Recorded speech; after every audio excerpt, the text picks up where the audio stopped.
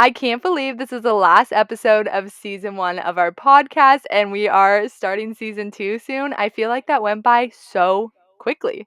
I know. I think like from our first episode of season 1 to where we are now, we've come so far and we've seen such a growth like between not just us but like our audience and the community. It's really crazy how just one season makes a difference. It really does. It's been so much fun to be able to jump on and do this podcast, and I feel like we've grown so much and just how comfortable we are talking about all these things, and even just like that, like rolling with things. Where at the beginning, it's like we were so used to creating very perfect content all the time because that's a little bit more what Instagram is, I feel like, to learning how to be okay with mistakes and be really open and vulnerable, which I love, and I love this layer we've added in. I know it's really been able to connect with our audience. And I noticed that there was a huge pivotal moment when we did our friends episode on struggling with friends. And I think that that's why this episode, I think, will have a huge impact with people because I think it's more common than we realize. And that's having being in a toxic relationship, like an intimate relationship with someone who just may not treat you right or they have a ton of red flags and things you may or may not were aware of but had experienced, or maybe you're experiencing and you're not aware of it now. And that's what we want to talk about. Wow, way better roll. Way Like, love it. I'm like, ready? Okay. This is Haley. And this is Bailey. You're listening to Unleashed.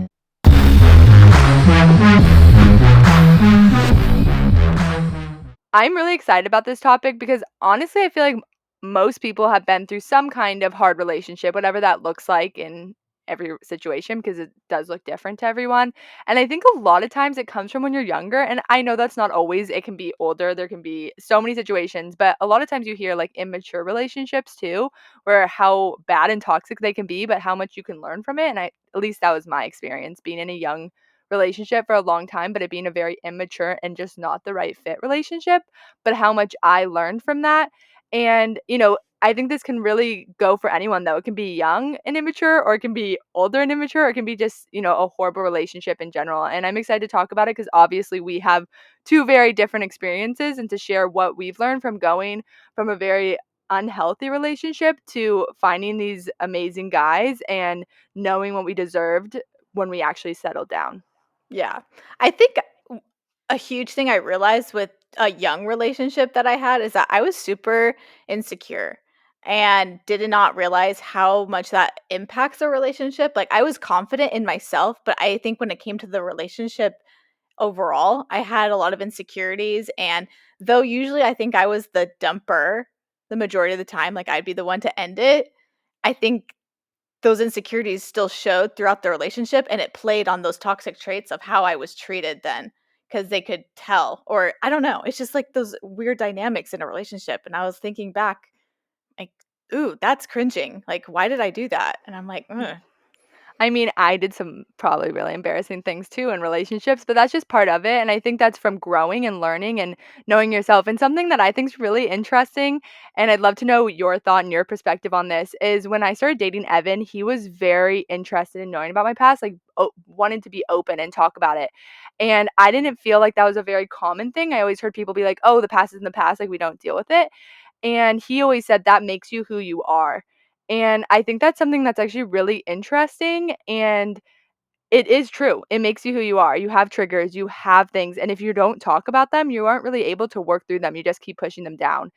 And what are your thoughts, I guess, on being able to be open in a healthy relationship about your past, but being able to move on and learn from it? I think that thinking back to past relationships, especially in high school, I really didn't want people to know who I was and my circumstances and how, like, what made me me, because I think I was embarrassed about who I was and how I was raised. Not so much like family dynamics, but just like I was not confident in who I was at the time, and so I did everything I could to cover that up. And I still feel like even into college, I was like that because I had such a different personality and I was ashamed. I don't know. I don't even know what I was ashamed of. I just didn't want people knowing everything about me. And so when I finally shedded those layers, I realized you get to a whole new level in a relationship that is really amazing. And that the only person I really able was to get to that point with was my husband, Bryce. And that was really hard because Bryce and I do not have a normal love story. And I think that's a really good point because I don't think opening up to just anyone you're dating about everything is what something I would do. And it wasn't until I started dating Evan and we knew how serious we were and, our goals in our relationship that we were really able to dive into all that because it does open up this whole different layer of somebody getting to know you. But I think when you're really serious and you really want to settle down with someone, being able to share those past experiences is huge because you're gonna be in different situations and something might trigger you, and I feel like for me at least, the more I was able to work through those and just share what had happened, the less it happened. Like, now I don't even think about it. Where at the beginning, it obviously is more of a trigger because 'cause you're in a new relationship and you're learning and, just there's so many layers to it, so I don't know, I think that's really interesting, and I definitely talk to so many couples that are like, "Oh, no, we don't talk about anything in the past," and I'm like, "But that makes you who you are. Like, are you really serious with this person?" Like, I think it's Yeah, important. I totally agree. And the thing is too is you're always learning about another person. To this day, Bryce and I have been married 6 years, but together for 8, and I'm still learning things about him. And it blows my mind that I'm like, "How do I not know this about you?" Or, those little experiences, and like Evan said, it makes you who you are. And I think that going through the mud, the crappy relationships only made it only made us realize what we deserve, what we need, and unfortunately, I've known from seeing it that if you've grown up in a toxic environment, whether it's at home or, relationships or whatever, sometimes you don't even know you're in a toxic relationship because it's the only thing that's familiar. And that can be really hard to see someone you care about be in that kind of a relationship when you were like, I've been through that and that is not normal. But you don't, it's like, that's not my business. But it's hard to see because it's like you deserve so much better, but they don't even know it. And it's like, "Oh gosh." I wanna say like, "Hello, that's not normal." It's so hard, and I know that's something I actually went through being in a long relationship in high school, and my parents were like, this is not the right relationship for you. But they did a really good job of sitting back and, letting me figure that out. And I'm sure they made comments and stuff. But something I learned from being in something like that is people could have told me till they were blue in the face. Like, literally, they could have kept telling me, but I had to figure it out on my own because I need to go through that. Like, I literally, I think for 6 months every day called my parents bawling because of the relationship I was in. And it's like, I should have probably noticed like 3 days into that, but I didn't. It took me a long time, and I think from that, I've grown so much, and I would never let myself be treated like that again, but if I had never gone through that, I feel like you don't always realize what that side can look like, and I've seen people be in a really great relationship and walk away from it not realizing how great they had it because they just had never been in something bad, and I think you learn a lot from those relationships that aren't the easiest, and it's not like I would never recommend, like, go in a bad relationship just to go in one, but so many people have gone through them, and to be able to step out of it and learn from it. I could easily look back and be like, "Oh, that was horrible. Why did I do that to myself?" Like, be hard on myself about it, but instead, I'm like, "I learned from that. There's so much I can take away from that. Now, how can I improve myself and become a better version of myself for my next relationship? And what can I do to be the best girlfriend I can be?" With that, you have to also make sure you're in the right place to be willing to be in a relationship. Like, there was someone I was talking to, and they said, "I'm not in a spot in my life where I should be in a relationship right now." And they were self-aware of that, and they're like, "I just don't know how to get out of it." And it's a very complicated situation, but they're like, "I can't handle, being in a relationship. I just need to focus on me." And that's what you have to realize. You have to take a step back, focus on you, and make sure that this is something you're meeting both halves. Like, they say a relationship is 50-50.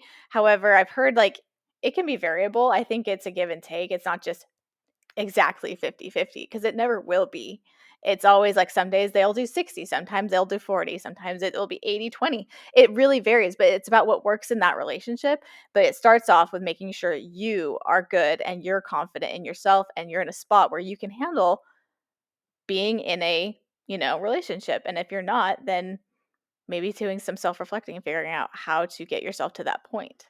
Definitely. I think loving yourself and being confident in yourself is so important. And I think that really comes from time experience, like going through different things, but knowing what you deserve. And that's something I learned from my past relationship was like when I got out of that, I was like, I will never let myself be treated like that again. I will walk away if that ever happens again. And I met Evan, who's this amazing guy, but I also took time to like make sure I'm always working on myself. And even in our relationship, I'm still always working on myself because we are always growing every day. And I think when you start to lose yourself, you can't really be there for a relationship. And I think to be there for a relationship, you have to be there for yourself first. I like how you said you have to be there for yourself at the same time because I was thinking when you come from a toxic relationship and then you go into a relationship, whether how much time is in between, that's variable and doesn't matter in this circumstance. But when you go from a toxic relationship and then you actually go to a like healthy relationship, it's really hard because like for me, I going from who I was dating before Bryce to then dating Bryce, I had the hardest time. And like, what's funny is Bryce and I did not just start dating right off the bat. Like, we were friends for a little while. Bryce was an asshole at first. And I don't say that to be mean or rude, but he wasn't nice. And I mean, he was teasing me, of course, and like that flirtatious thing. But we did not hit it off right off the bat. And then when we really did start to get to know each other and I like called him out on all this stuff he did, he was like, "Oh my gosh, I'm so sorry." And he turned into like a totally different person. But I still had my guard up. I had a ton of trust issues with him. Like I could not trust him, but he had not given me a reason to not trust him. It was because I had come from these toxic relationships where I was lied to all the time and made me feel like trash. And so I didn't really understand what it was like to be in a good relationship, to have that respect. And so I always assumed or had the intentions of what's his intentions? What does he really mean? What does he really want? Like what he doesn't actually believe that or he's lying. And it took a long time for me to come to terms with that he is a good guy and this is stuff that I have to work with myself, and, like, I couldn't work on it on my own because you can't learn to trust someone when you're not with someone, if that makes sense? And so, Definitely. even when we got married, I still had my hesitations, not about marrying him, but, like, every now and then had these intrusive thoughts of, "Oh, is that a lie?" And it wasn't until I sought out therapy and really had to sort through my emotions and figure out what was stemming back to me feeling that way and trying to figure out why I had these, like, thoughts of, "Why do I feel like this guy is lying to me all the time?" And it was because I had no idea, but it was from the past relationships that it was just affecting me into the good ones. It is so true. That totally happens, and that's something I also went through. I came from a relationship that there was very little truth and a lot of not nice things done to me, and I was always put down, and, we were young, and but that's what I came from, and I only knew that side of a relationship, like a intimate relationship, because I had dated him for 4 years. The other people I dated was short, not enough time to really get into anything serious, and I remember at the beginning being like, "Are you, like, lying?" Is there and I really worked through that, and it's something that really helped was literally just talking about it and being like, "Hey, I'm having these feelings about this," and he was like, "There's nothing to worry about." But we had to go through different experiences for me to overcome that because you have to see it. It's like somebody can talk all they want, but until you're in that situation, you don't really know how someone's going to be. I think just going through those different experiences really helped us because he showed me time and time again how great of a guy he is and how loyal he is. But you really don't know that stuff until you go through it. And if you've been through something so unhealthy before, it's normal to then have those triggers, and I think something really, like, for me at least when I was looking for a guy and, you don't really I always say, like, you look for this, but you just kinda find it, you don't know if they're like that. But for me, it was finding somebody that was gonna support me through that and be there because he was so supportive, and he was totally understanding of what I had gone through because I told him, "Hey, this is what happened, so now I wanna work through it." And now it's like, "Oh, I don't even think twice about it because we've been together so long." But at the beginning, that's normal, and I think that can be lost where people think like, "Oh, a girl's crazy," or "Oh, this," and they put this label on it where really it's like, are you not communicating? Like, is there something being lost there? Are they not supporting you? Like, why are you feeling that way? Because you're feeling that way because of something. how can we work through it and how can we grow from it? Because if you just keep putting someone down, they're just going to keep feeling that emotion over and over and over because they've never had a chance to grow and work through it. I think it's super important that people really understand that, because when you're constantly getting beaten to the ground, I mean, there's one of two ways. Either one, you're it reflects inside of you, you start to believe it, or two, you start to reflect that. You start to say that stuff or do that stuff. And I guess that kind of comes down to the first thing I said too, is that you start to believe it. And then when you believe it, then you start saying it. And then that only sets the expectations. You had told me earlier that then people will start treating you that way. If you set the expectations of how you treat yourself, people aren't going to want to they may not be inclined to treat you the best, especially if it's in an unhealthy relationship. Like, and when we say unhealthy relationships, I don't even think necessarily we're meaning like abusive or all the time cheating or anything like that. It could be just something from you're being gaslit all the time, where they just start trying to invalidate your feelings, or they make you feel like you're less than or not as important in the relationship, and it's all about them, one-sided. But I mean, at the same time, we could be, I mean, relationships and the toxicity of them can stem to a variety of things. I mean, I've experienced levels from cheating to lying to invalidation to making me feel insecure. I mean, it's you name it. And I think that's something we want to talk about, are those, like, what are the red flags we've experienced, because those things we want to I think some of them are hilarious that I actually went through. Like, really? But I think it's also good to tell people, so maybe they're not aware of it. Maybe they don't. I mean, everyone that's red flags are different, but I think it's really interesting to talk about what everyone's perspectives of a red flag are. I'm really excited to talk about red flags because really something that's interesting is I think whoever you're with can really determine who you are. And I think looking back, you can say, oh, that's who I am. But I'm going to use like an example. In my last relationship, fights were yelling, screaming. I cried all the time. And I was like, oh, that's just how I fight. Oh, that's just how I am. Oh, I'm sensitive. And now I'm in this relationship where we've never raised our voices. We sit down and we have a conversation, and I rarely cry. Like, that's just not part of it, and I think that's interesting because I think you validate, "Oh, that's just who I am." That's just, like, you're trying to cover up this bad relationship. Maybe you don't Yeah, realize it, you're but trying to I think justify it. yeah, you're trying to justify and you're trying to make it look normal or whatever it is. Where really, I think being able to step back and be like, that is not who I am. That is not who I want to be. And I want to be a better version of myself than that because there is an opportunity to be and just not with the right person. Because some people just don't mesh, and that's okay. Not everybody's meant to be. And I think something that gets like really confusing is that, like, if you've dated this person, like, somebody else can. It's like, no, I want him to go and be happy. And just because I didn't work with him, maybe he's going to treat somebody else amazing, but he just didn't treat me right because we just didn't mesh. And I think that's something to really think about too, is looking at the relationship being like, do we like really match up? Like, is this the person? Because maybe how he treats me is not how he treats somebody else. And and that's hard sometimes because if you really like someone, that's not easy to think, wow, they're going to go into another relationship and be a better version of themselves too. Because if you're not being the best version of yourself, they might not be either. That's a huge red flag, is that if you aren't feeling, and I think it's kind of hard though to determine what is your best version of yourself. And I think at the end of the day, it's how do you feel about yourself in that moment. It doesn't even have to be with that person. Do you feel good? Do you feel like they support you, lift you up, want to be there for you? And it's those basic, stereotypical, if I say, questions, but really at the end of the day, it's the essence of how having a healthy relationship. And I never had the experience of understanding a true, authentic, healthy relationship until Bryce, because my sister even said when I brought Bryce over to my sister's house to meet, it was her gender reveal for her fourth kid, and we were just friends. And she's like, "This guy feels different." And I had never really brought anyone in college. I had never brought anyone into my meet my family.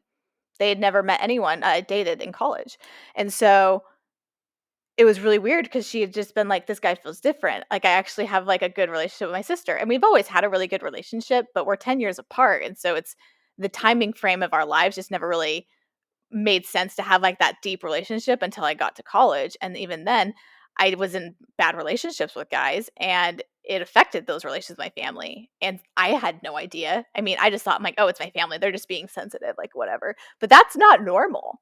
that wasn't normal for me. Like, I'm really close to my family, and these guys were pulling me away, and I was totally okay with it because I'm like, "Well, that's their own deal. They have a problem with it. It's their fault." But then in the end, I'm like, "No, that was me and who I was with because they didn't approve of my family or they didn't like what they were hearing about them." And I don't know, maybe that was their own insecurity about something, and we can get into those like a little bit later with the red flag stuff. But Bryce was a great guy. He just interacted with my family and just was so personable. And my sister told her husband, was like, "This guy feels different. I think this is gonna be the one she ends up marrying." Everyone kept saying that when Evan came around too. They're like, "He just feels Yes. different." And I was like, "What does that mean?" But now it's like looking back and being in a relationship for, a long time, it's like, okay, I see what they mean. Like I get it. Now that Exactly. I'm able to step back and see how different I am and how different the relationship is.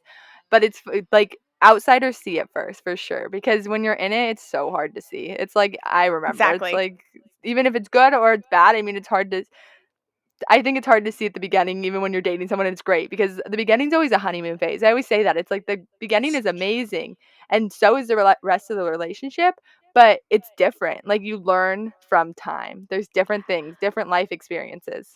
Question. How long do you feel the honeymoon lasts for? I know it's probably That's not like a hard number for everyone, but what do you think it is?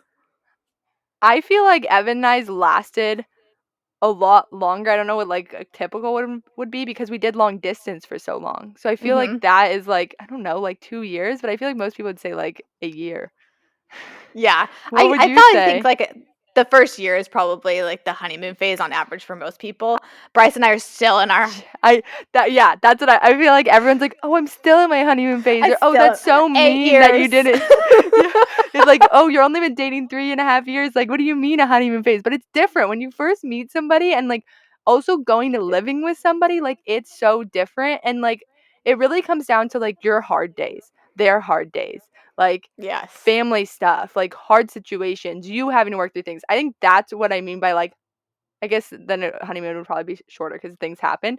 But like, I feel like honeymoon is when like there's really nothing in between. It's just like a very surface level and you're kind of getting to know somebody. And it's to me like honeymoon is after when you have to go through these difficult situations and you're still just as confident and still just as happy in the relationship. And you looked at that as like, wow, I grew from that versus, oh my God, we fought. Everything's like, it's over. Yeah. It's true. You don't when even in a relationship, even during the honeymoon phase, I think it's important for people to understand that you still can have disagreements. You can still have fights. You can still whatever you want to call it is very normal. And like for a long time I would hear people say, "Oh, we don't fight," or we don't do this," or, "Our relationship's so great." And I'm just like, then someone's not talking, because 'cause I'm like, there's no way that things go 100% smooth, and I think most people actually do agree with that. They don't think every relationship is perfect, but I even asked Bryce like, a couple weeks ago. I was like, "Okay, so and after being married for 6 years, together for 8, going back to when we were dating, and is there anything you would have made sure to let me know that like more of? Like, is there anything that you think you would have gone into our relationship knowing I need to make sure this is something I'm more aware of or thorough about knowing me?" And I was like, "I'm not going to judge you for your answer. Like, we still love each other. Things are great." But these are the questions I love to ask him because it's it's not like I'm about to walk out the door on you. No, I'm curious. And he was like, "Yeah, I think I would have been a little bit more emphatic about my desire for flying because he wanted to be a pilot, and our lifestyle and things happened that kind of put that on the back burner a little bit and put it on hold, and don't know if the career of being a pilot will ever happen, but the hobby side of it could. However, he's like, I would have made it more like prominent, more like this is something that I really want. And I was like, "Okay." I'm like, "That's valid." I kinda had a feeling that was what you were gonna say because he loves to fly, and I hate flying, so, I mean, it's kind of like that, "Oh gosh." But and then I told him, I'm like, "I would make sure that you were more aware of how I was saying I don't wanna have kids right away, because he was saying 5 years, and I would say 10. And I'm like, "Maybe. We'll just feel it out." And, like, I didn't have, like, a hard, "This is it," but I was like he's like, "Yeah, I could see that would be your answer because I definitely thought it was just like a random number you threw out there." And both now looking back, like, we're not ready to have kids right now, and so it's been okay, but he kinda just thought, "Oh, 10 years, like, she's just throwing out a random number." And I was like, "No, I don't feel like that desire is there right now or will be anytime soon, so I just." Yeah, and he's like, "Okay, that's good to know." It's like, and these are the things that I think are important with the relationship, because just because you don't agree or have things that don't line up does not mean that it's not a good relationship. It just means you have to now figure out how to communicate with each other and how to effectively respect each other's, I don't know, reality in a sense, and make sure that they're being heard. 100%. I feel like communication is huge. And also, like you said, knowing that fighting is normal and yeah, there's a balance. If you're fighting every day, all day, okay, like think about that one, but like that there are fights. And I think that's something so many people try and be like, oh, we never fight or oh, but it's like if you don't fight, you have to be growing somehow. And I feel like fighting can look different. Like I multiple times have said to Evan, like, oh, we haven't had a fight in a long time. He's like, Bailey, just because we're not, like, mad at each other, that doesn't mean you're not, like, sitting down and having conversations and communicating through something. I'm like, "Oh." We're So overdue for a fight. yeah, I'm like, what the heck?" But, I think just being able to sit down and communicate, it can be not labeled as a fight. Maybe you just don't fight like screaming because we don't do that, but you can still sit down and have those conversations and grow from it because I feel like so many people are scared to really, like you said, maybe it's something that you really had a passion about or Bryce really had a passion about, but at the beginning it's scary to say those things more because you're still getting into the relationship and you're still growing together and you're like, if I say this, is it going to ruin it? And I think really when you're meant to be with somebody, you're gonna make it work. I remember when Evan and I first started dating, he was like, "I'm campaigning for the Olympics. Like, this is my focus. Like, I don't think you get how hard it is gonna be to date me." And I was like, "We're gonna figure it out. Like, that's what a team does. I'm gonna support you, and we're gonna figure it out." And I think that's something that it can be hard to say at the beginning. Like, I know he was really excited to date me, but he also knew what was really important was this dream he had, and he didn't want to lose that. And I was like, you're not going to lose it just because we start dating. Like, you're just going to gain support. And I think that changed his perspective because not everyone's like that. Not everyone is able to do that or, maybe support somebody in that way.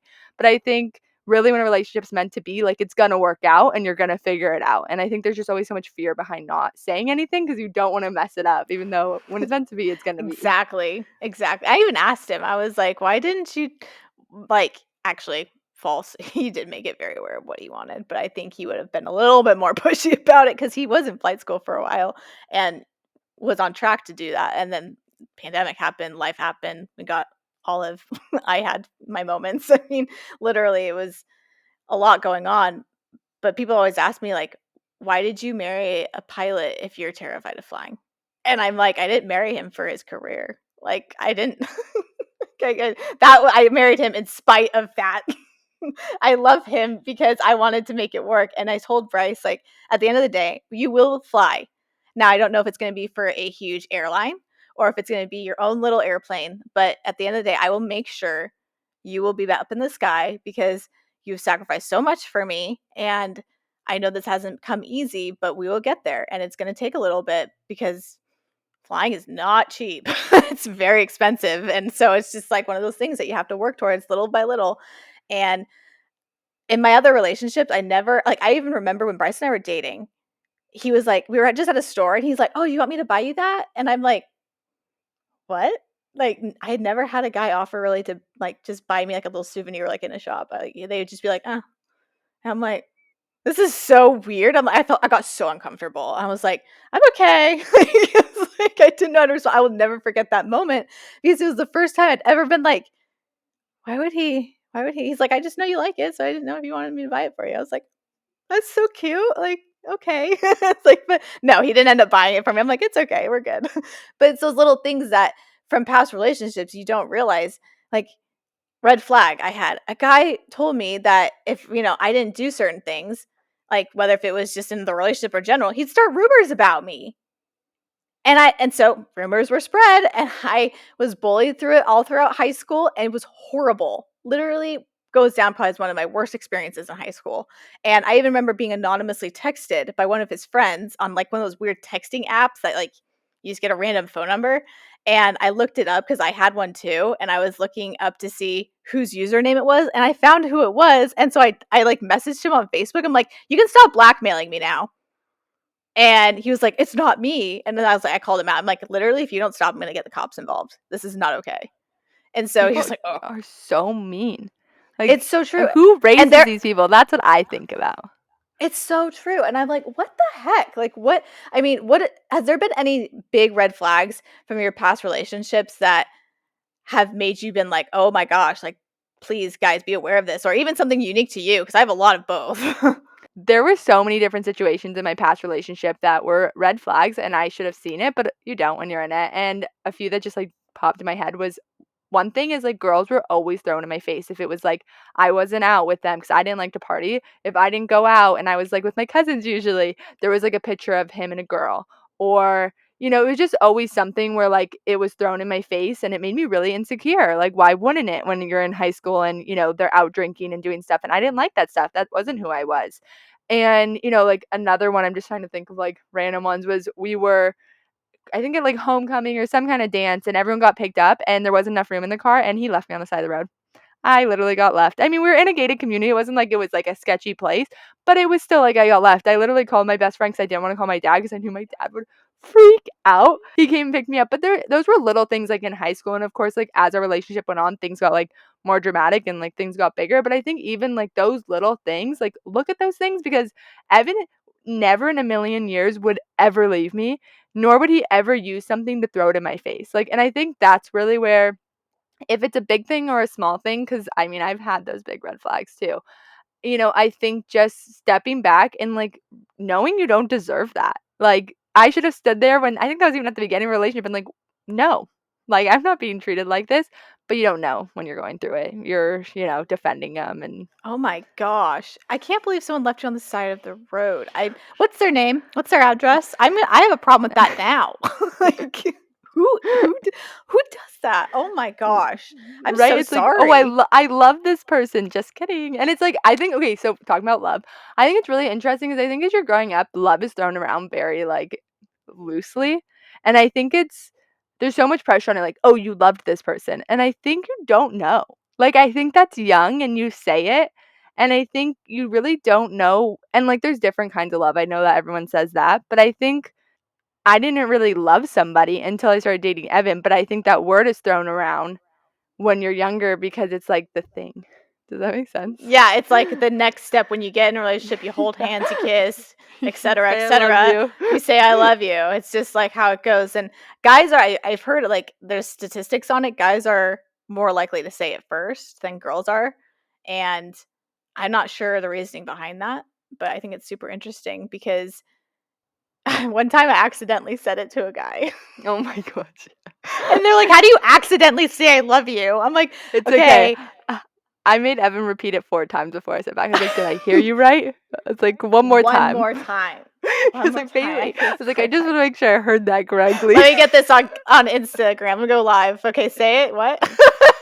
But yeah, no. So I was taking French. I was in high school, and we were just started dating, maybe like 3 months, and he was taking Spanish, and he was teaching me all these words, and he was telling me like what I love, like were in Spanish, and he said, "I like this" in Spanish or something like that.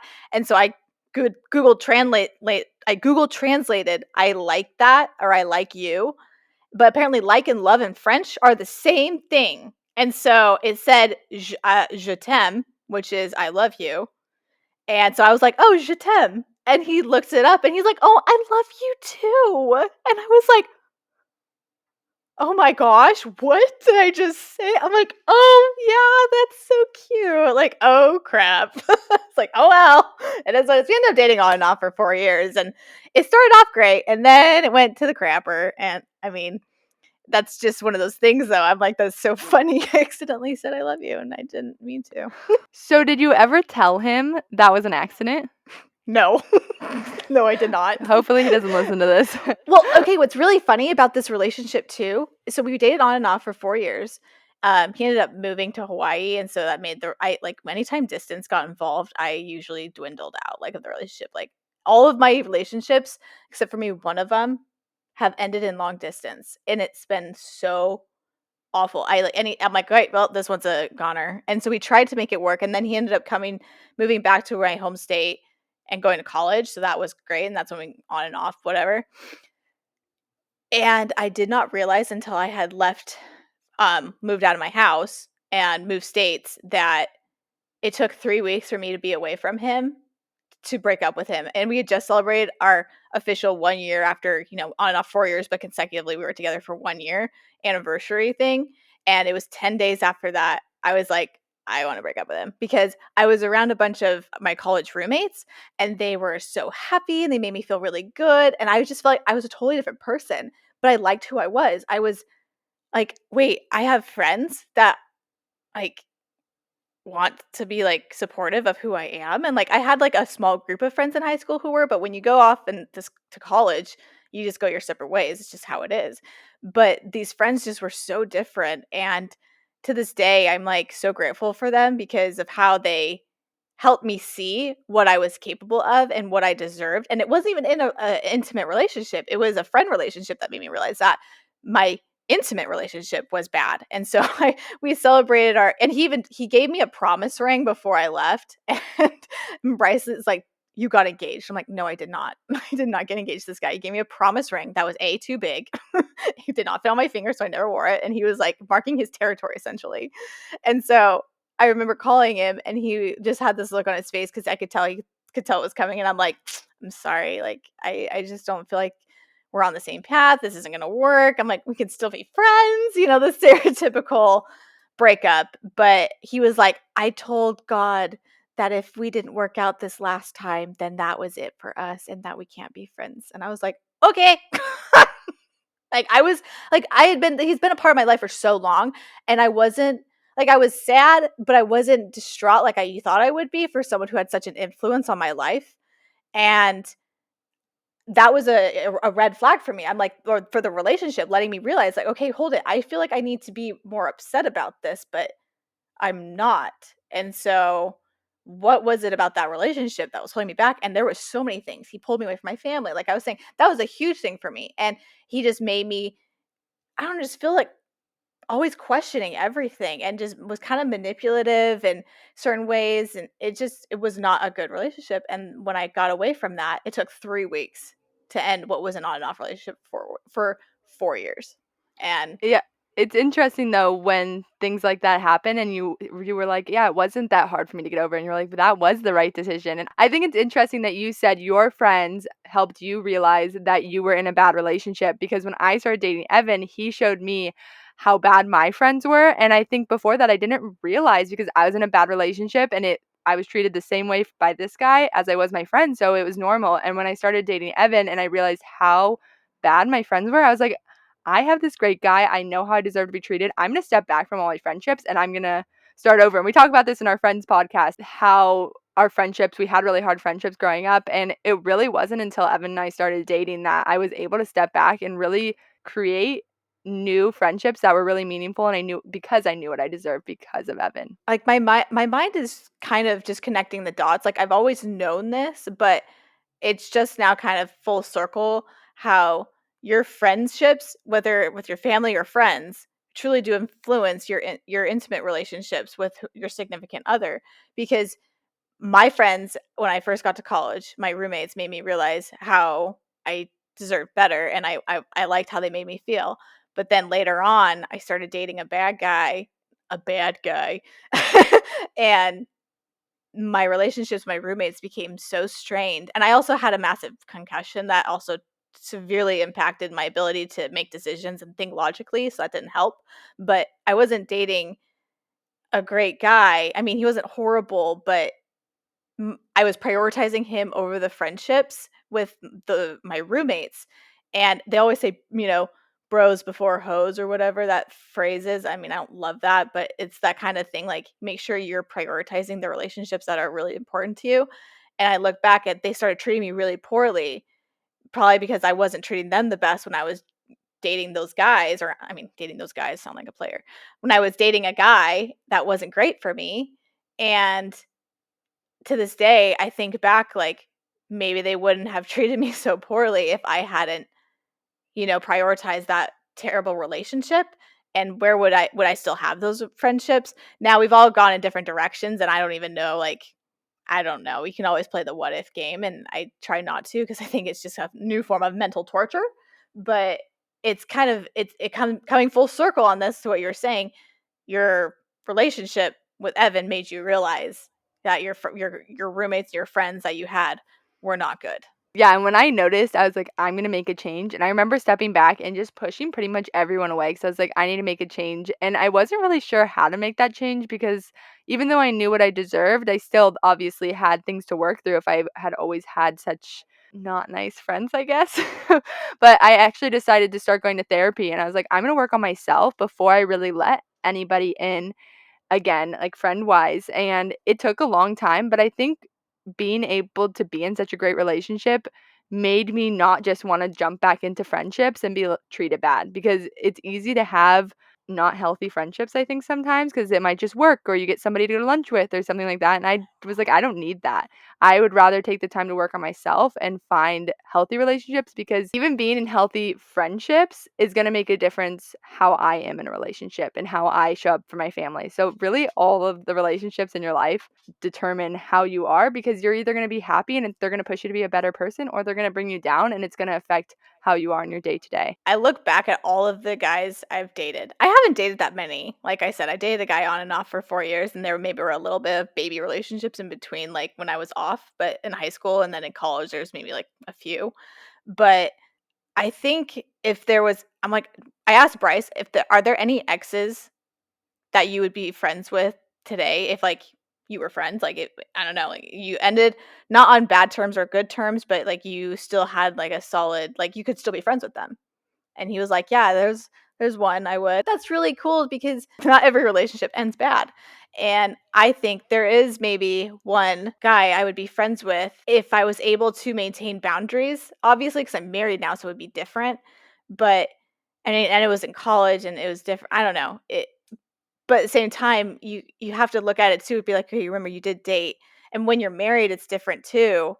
I don't know, but I truly do respect people that have that open communication in a relationship, whether if it's being friends with the opposite sex. A lot of people don't like that, and some people are like, "I don't care." And I think it's just about being on that same page, communicating, and making sure you're aware of what you're not gonna compromise yourself for just because you're in a relationship. Now there's sacrifice, but then there's compromise, and it's a give and take, but you also need to make sure that you're upholding what you stand true to yourself and not giving up something you value because you don't want to disappoint someone, or it's just because that's where it can get toxic and it can get unhealthy and it can be a slippery slope. All right, I want to ask you a question.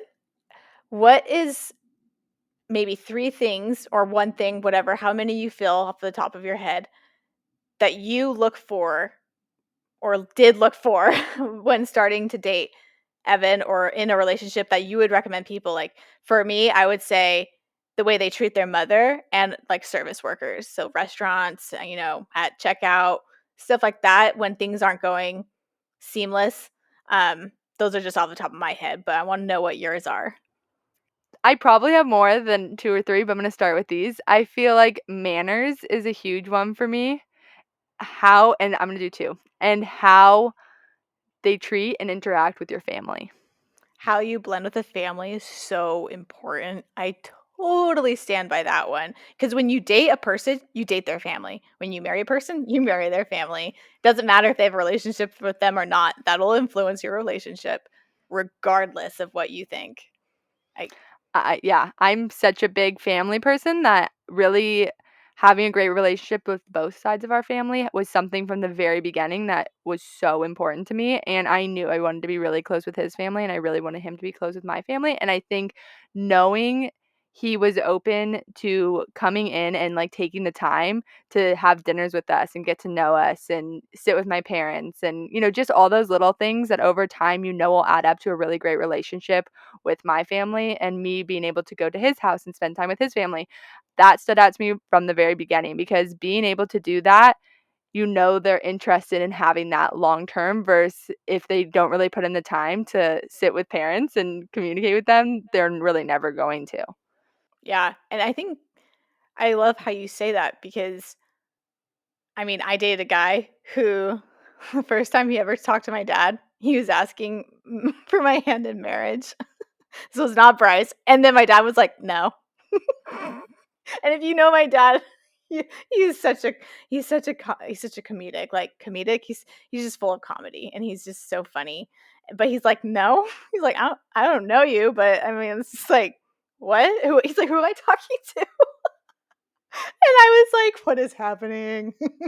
Anyway, and then he started yelling at my dad, and then he pulled me away from my family, like, it just was it was bad, but, like, I knew my family and I say that if I had married him, then I would probably been divorced by now, like, easily, but I definitely would not have had a relationship with my family because he hated my family, and so And that that happens is a lot. something, and that's something I really was like, so I cried. I cried when Bryce asked my dad for my hand in marriage because I knew my dad was gonna say yes. They had met many times and we were friends for a while. Like, it wasn't like I knew that, but I just was so triggered because he got along with my family, and that was so important to me because I am a family person, and it just meant the world to me, the tradition of asking my dad. I love that. I think it shows a lot of respect, and regardless, and there was no respect in that previous relationship. It was literally one-sided and it was awful. But you also say that you want to have a relationship with Evan's family. I think that is so important because it, like I said, it's not one-sided. Just because they get along with your family doesn't mean that now you have to be able to mesh and blend with his family. And it all takes time. I feel like it's takes time to get to know somebody, and I think it's making sure you make the time because that relationship is going to be so important on both sides. And if you are a family person, like Evan and I are such family people, to us, that's really important. And we want to both be able to spend times with either side and feel like we're just at home and be able to talk. And I think that's something that I really, from the beginning, wanted and thought was so important. And it's happened, but it's also something that people have to put effort into, and I think a lot of people just push it aside, and if somebody's not willing to put in the effort, then I feel like that's a red flag. Totally. I It is so hard though. I mean, to this day, like my in-laws, I I love them, but it's still I have to really work at making sure I build that relationship with them because we don't live near them, and because they're not like, my family is, like, so close, like, sometimes too close, but in the best possible way, and but his family, I mean, raised with all boys, it's not like that, and making sure to understand how their relationships work, but, like, my mother-in-law, she's so sweet, but when I first met her, like, she was really nice and kind, but we played games, and she intimidated me a little bit because she was really intense with games. It was really funny, and I don't know, I she was Bryce was such a mama's boy, like, they had a great relationship, and they still do, and so I kinda felt a little threatened by that because I was worried that he wasn't going to it would affect our marriage in a way, like his relationship with his mom. But then I realized it wasn't his mom that was affecting the relationship, it was me. I was the one that was trying to inhibit them from being mother son, even though that wasn't what my goal was. I was just really like, hey, like, he's mine now. And then I think that was kind of like a sense of where I was in life. Like, I was really insecure because yeah, we decided to get married and we'd been dating a while, but here now it's different when you go from, oh, this family is my boyfriend's parents, and now they're going to be basically your second parents. And so I was going through this whole transitional time and really trying to grow maturity wise. And I realized that it's a give and take, like we've been saying. And you have to be willing to put in the effort for the family because it is his family. And I do love them. And little by little, we've been able to communicate and talk more. And it's fun to see how different it was then because it doesn't come naturally to everyone. In laws and your significant other's parents can be not easy. Some people don't have a relationship with at all. Some people despise them. And some people love them. And at the end of the day, it's just about making sure you understand your boundaries, you're communicating, and you're checking in with each other. Like, and not with the in laws, with your significant other, making sure that they're understanding where you're at. So that way, at the end of the day, it's about who you're with and that you guys both have the same understanding of who you are and what your goals are and your intentions. Because then it will affect everything else. When you're solid, it just creates that ripple effect. I totally agree, and I think you being able to share that and be open with that about that is going to be so helpful to others because every situation is different, and for you to be able to step back and realize the situation and what you had to do to grow, not every situation is easy, and I'm so grateful for the relationship that Evan and I both have with our families, but I know that's not how every situation goes, and I think you sharing that's gonna help so many other people that might be in a similar situation. It's true, it's common, and that's why I'm like it's always scary talking about these things because I'm sure, like, my mother-in-law might listen to this, love her to death, but it's just like, I want people to know, like, it doesn't start off with rainbows and butterflies always. It's not always like that. And, in order what is it, that phrase? In order for your grass to, be green, you have to water it. I don't know. Or it's something along the lines of that. I just butchered it. But it's you water the grass grows where you water it. And at the end of the day, you have to make sure that if your relationship is good, then you're going to want to water that relationship and nourish it. And then it will nourish the relationship with the family and it will just continue to have that effect. But if you don't feel good about the relationship you're in or you're not being treated right, it's going to stop there. It's not going to go to the family. It's not going to go to the friends. It's going to affect them in ways that are probably the opposite of what you want. And I don't know, but that's from what I've experienced at least. This has been so great to talk about. I really hope that there's a lot of takeaways for other people from this, and I'm intrigued to see if other people have experienced similar situations. I know every relationship is different, but I feel like something that is so helpful is just listening to different stories and getting different perspectives and seeing what you're able to take away from it. So I definitely hope this episode was helpful. And I agree with Haley. It is always a little nerve wracking talking about things that were struggles we went through, but being able to share them has made us grow in so many ways. And we love being open with you. Catch you at season 2, episode 1, coming soon. So excited!